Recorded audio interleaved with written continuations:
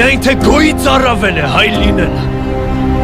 կյանքից առավել է մեր ժառանգված պատիվը,